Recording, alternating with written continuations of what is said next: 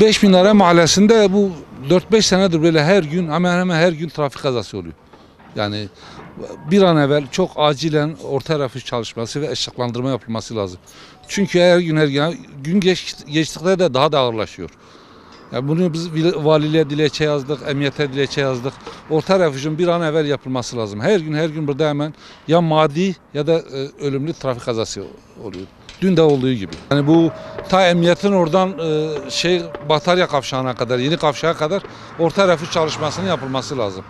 İki tane ışık koysalar, trafik ışığı, bu sorun olmuş olur ama bir türlü yapmıyorlar yani. Biz 2018'den bu yana dilekçe vermişiz, valiliğe vermişiz, emniyete vermişiz, gerekli yerlere vermişiz ama ilgilenen yok maalesef. Ama çok da üzücü trafik kazaları burada meydana geliyor.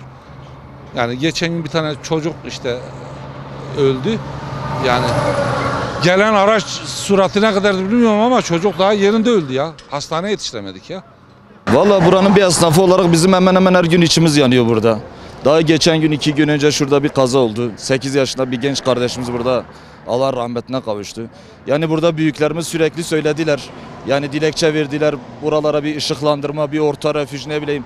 Yani bu araçların yavaşlaması için bir şeyler yapılsın diye dilekçeler verildiler. Ama sesimiz duyulmuyor mu bilmiyorum. Burada insanlar karşıdan karşıya geçerken zorluk çekiyor. Yaşlı teyzelerimiz var, karşıdan karşıya geçemiyorlar. Yani buraya bir an önce bir çözüm yapılması lazım.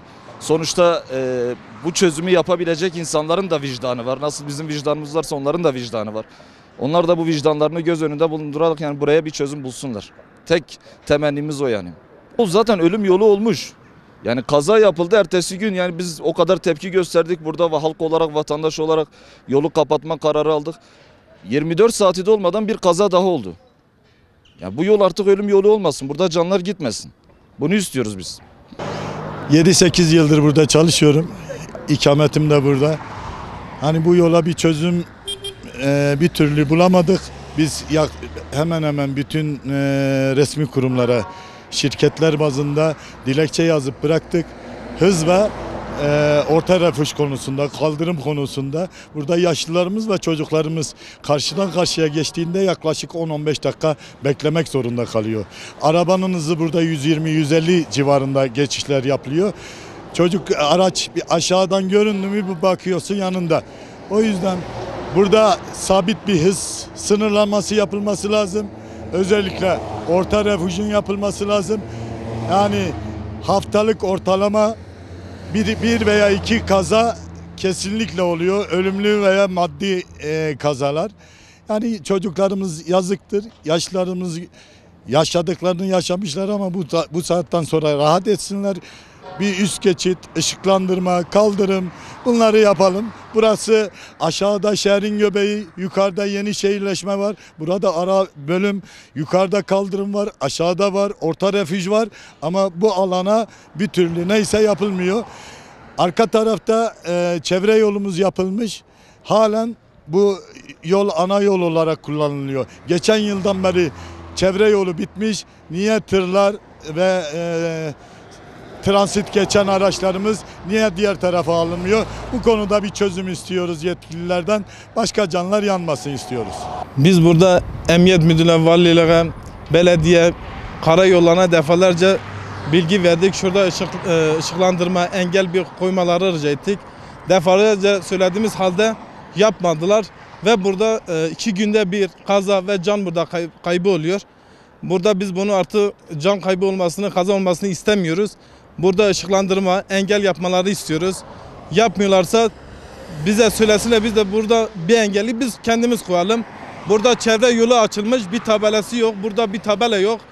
Çevre yolunda tabela, tırların hepsi burada geçmesi, tabela bırakıp da oradan geçmesini engellesinler. Biz bu can kaybını istemiyoruz artık. Burada can kaybı olduğunda bizim canımız yanıyor. Burada yetkililere sesleniyoruz. Emniyet Müdürlüğü buna bir çare bulsun. Valilik bir çare bulsun buna.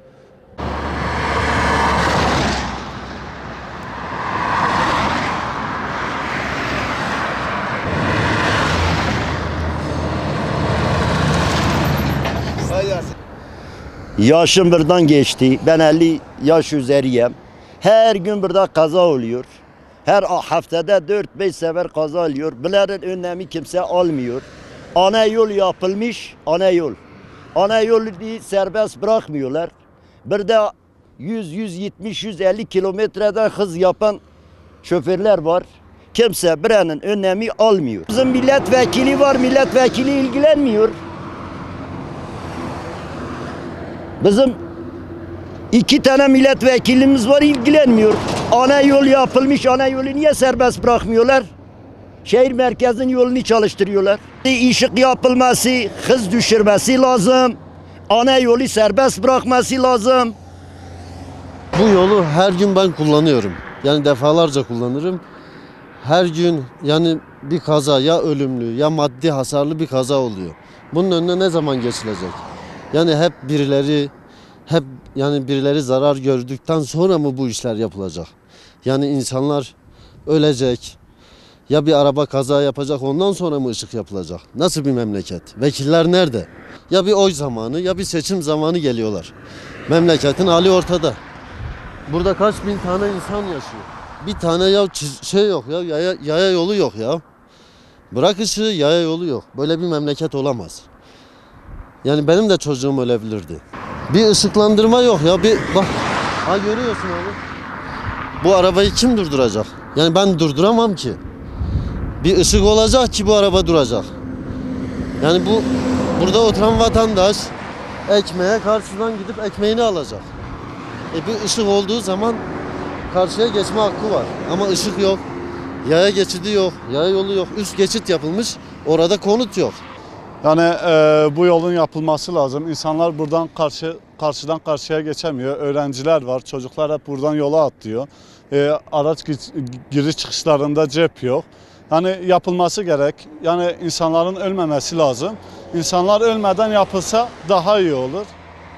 Yani yetkililere sesleniyoruz buradan. En kısa zamanda yapsınlar.